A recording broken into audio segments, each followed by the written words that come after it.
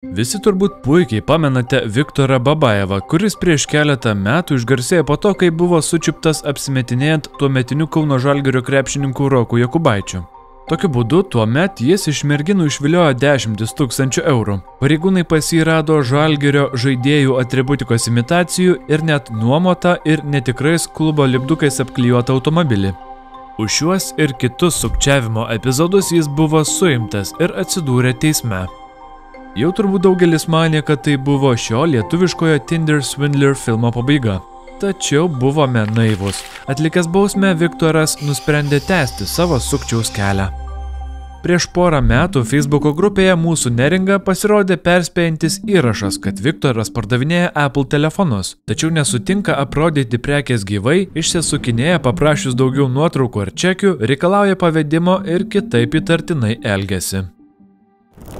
Vėliau vyras jau visgi savo vardu susirado merginą. Deja, ji po 7 mėnesių draugystės Facebooko apgavikų grupėje patalpino įrašą kaltindama jį vagystėmis. Kartu gyvenama beveik 7 mėnesius, žinojo jo praeities įvykius, kad buvo teistas, iš merginų vilėjo pinigus apsimesdamas krepšininku Roku Jokubaičiu. Bet patikėjau, kad žmogus gali pasikeisti, sakė dabar jau buvusi mergina Ugnė. Ji pasakojo, kad vieną dieną grįžusi namo rado išverstus namus. Babajevas tuomet jai paaiškino, kad jų butą kažkas apiplėšė. Tačiau dingo tik merginos daiktai. Ji pasigėdo savo kompiuterio, telefono ir vardinio prekės ženklo striukės. Tuomet Viktoras merginai pasisiūlė nuvažiuoti į policiją ir parašyti pareiškimą, tačiau išėjo iš namų ir niekada nebesugrįžo. Negana to, Ugnė ant stalo rado padėtą savo banko kortelę. Patikrinus jos likutį, ekrane moteris išvydo nulius. Įsigijus kitą telefoną ir atkūrus mobiliojo numerį, paaiškėjo dar viena staigmena. Per jos abonementą telefonu kažkas bandė paimti paskolą. Mergina įraše taip pat teigė, kad draugystės pradžioje viskas buvo gerai, tačiau ilgainiui Viktorui pradėjo striukti pinigų. Jis neva nebemokėjo nuomas ir draugės vardu imdavo greituosius kreditus, žadėdamas netrukus viską grąžinti. Jos kortelę jis taip pat buvo prijungęs prie pavežėjų platformos, kur į dieną svetimą sąskaitą išleisdavo po keliasdešimt eurų. Viso šito sukūrėje Viktoras Babajevas nepamiršo ir savo apsimetėlio rolės. Išsiskyręs su Ugne, jis toliau bendravo su merginomis socialiniuose tinkluose, kur taip pat apsimesdavo įvairiai žymiai žmonėmis ar profesijomis. Štai dar šią vasarą jis apsimetė inkasatoriumi. Savadarbiškai imitavęs jo uniformą nuvyko į vieną Vilniaus viešbutį ir pareiškė, jog atvyko priimti grynųjų pinigų. Darbuotojai apgavikui tądien padavė beveik 10 000 eurų grynais. Už tai vyras vėl varsto teismų duris. Vėliau galbūt bandė grįžti į doros kelią ir įsidarbino vienoje sostinės maisto prekių parduotuvėje. Viktoras dabar kuria naują gyvenimą. Šiaip tikrai šaunuolis. Ir dirba vinotekoj. Pirkau kažkurį čia vakarą, vadinkim, vandenį vinotekoj, susimoku, tai pakeliu akis ir bam! Net sustingau, galvoju, ką dabar daryti, reikia kažką daryti, kažką sakyti, fotkint, grinai kaip aukščiausio lygio žvaigždė pamatęs. Aš realiai išsitraukiau telefoną ir fotkinau, nors taip niekada nedarau. Vėliau žmogiškai paprašiau, grįžau ir žmogiškai paprašiau nuotraukos. Sakau, Viktorai, gal galim su tavim nusifotografuoti? Sakė, aš suprantu, kodėl, bet tikrai nenoriu, nefotkink ir aš pakviesiu apsaugą. Tačiau turbūt neilgam, nes sukčių grupėse gan dažnai buvo galima ir vėl jo vardą atrasti. Štai čia kažkas net jo dokumento nuotrauką įkėlė ir perspėjo niekam neskolinti Viktorui pinigų, nes šis jų negrąžina. Tačiau tai tikrai nėra viskas. Daugiausiai Babajevas dabar visiems prisistatinėjo esantis lakūnu, visai kaip žymiajame filme Pagauk jei gali. Mielas tėti, nusprendžiau tapti patikimiausios danguje kompanijos Panam oro linijų lakūnu. Mano sūnus, padangi berniukas. Tokia uniforma, tau patinka? Graži.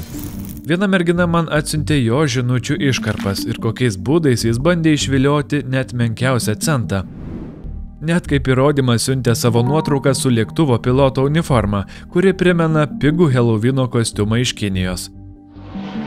Paskui, bandydamas girtis, Benediktu prisistatęs vyras nufotografuoja kažkieno automobilių aikštelę ir prašo spėti, kuris automobilis yra jo. Neva tas Volkswagenas apklijuotas auksinę plėvelę. Bet dar ironiškiau skamba jo prisistatymas. Aš esu labai paprastas žmogus, tikras. Gyvenime nemoku meluoti, dėl ko baisiai kartais gaila, nes negaliu net draugų elementariuose situacijose apgauti. Esu sąžiningas, turi jau susidarę savo bendro šeimos viziją, tai jie vadovaujuosi rinkdamasi žmogų. Aš dirbu vienoje iš oro linijų, tiksliau Wizz Air. Esu vienas iš skrydžio kapitonų. Vienišas jau esu 4 metus, nenoriu su bet kuo susimesti tiesiog. Labai branginu savo asmeninį laiką, labiau nei pinigus. Toliau jis moteriai pudrina, kad yra baigęs teisę, kad labai daug uždirba ir norėtų palepinti savo ateities žmoną. Laikui bėgant jis merginai pradeda siūlyti visokius dalykus, pavyzdžiui kažkokią neva partnerių programą. Nori, kad ši prijungtų savo kortelę prie automobilių nuomos kompanijos paskyros, kaip kad darė su praeita mergina. Suokė, kad prijungęs užtektinai žmonių jis gaus 10 000 eurų prie algos. Tai merginai sukėlė įtarimų, nes pasirodė kaip apgavystė. Tuomet lietuviškasis DiCaprio pateikė lyg 9-oko suklastotą laišką, kur neva jo oro linijų kompanija jam atsiuntė pranešimą apie automobilių dalymosi programą ir bonusus už jos įvykdymą. Merginai nesutikus duoti kortelės duomenų, jis supyksta. Sako, kad tokią paslaugą dėl jos padarytų nemirktelėjęs, bet galų gale tęsia bendravimą toliau. Po kiek laiko Babajevas įtikina merginą susitikti gyvai, tačiau staiga veikiausiai norėdamas padaryti įspūdį pareiškia, kad atvyks su kapitono kostiumu. Kadangi merginai tai pasirodo keista, jis iš karto pradeda teisintis. Įjungus logiką galima būtų suvokti, kad lagamine vežantis tokius dalykus kaip uniforma, jie lamdosi, tampa kitokie, negražus. Aišku, išsaugoti uniformos grožio vis tiek nepavyko, bet čia pamokos ateičiai. Čia palieku, jei netyčia loginį atsakymą norėtum paskaityti. Viktoras taip pat praneša, kad į pasimatymą atvyks tarp miestinių autobusų. Paklaustas, kodėl tiesiog nesėda į savo auksinį Volkswageną, pradeda pasakoti labai komiškai skambantį pasiteisinimą, kodėl jis pavargęs. Nes aš ir taip jaučiuosi pavargęs. Man ši išvyka labai noriu, kad būtų maksimaliai poilsinė. Aš lėktuvą valdau, vairuoju kasdien. Pavargstu nežmoniškai, yra žmonių, kurie tai supranta ir labai dėl to džiaugiuosi. Noriu ir spa kokiam apsilankyti, jei rasiu progą. Tuomet didysis lakūnas pasiskundžia, kad netyčia namuose paliko savo kodų generatorių ir paprašo merginos nupirkti jam autobuso bilietą. Tačiau jie atšauna, kad pinigų neturi ir bilieto nepirks. Jis teisinasi, kad su skrydžio kapitono kostiumu vyksta, nes jos mieste, profesinėje mokykloje, ten vyks mokymai, o jis ten nori būti pasitempęs. Taip pat žinutėse toliau kaulija 15 eurų autobuso bilietui.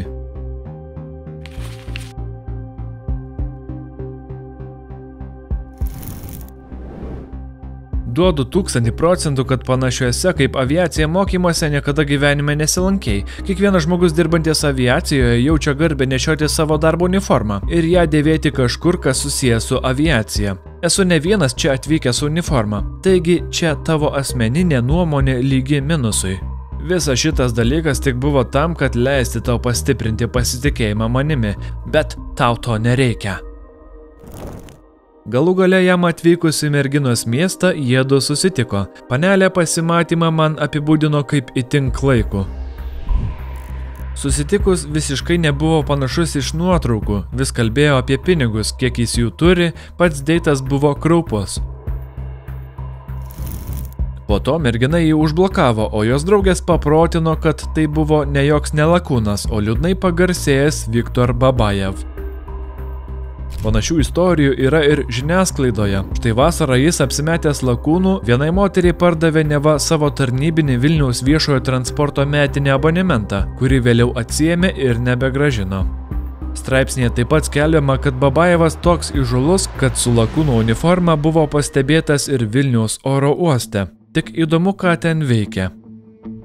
Reikia pripažinti, kad tai vienas iš išskirtiniausių atvejų, kokius Lietuvoje tik esame turėję. Babajevui žmonės apgauti pavyksta ne dėl to, kad būtų geras melagis ir sukčius, bet turbūt dėl to, kad tokie apgavystės būdai tokie kvaili, kad niekas net nesitikė, jog tai gali būti netiesa. Kas turbūt ir padaro šį atvejį išskirtiniu. Kas bus ateityje, nežinia, bet spėju, kad ši istorija dar tikrai nebaigta.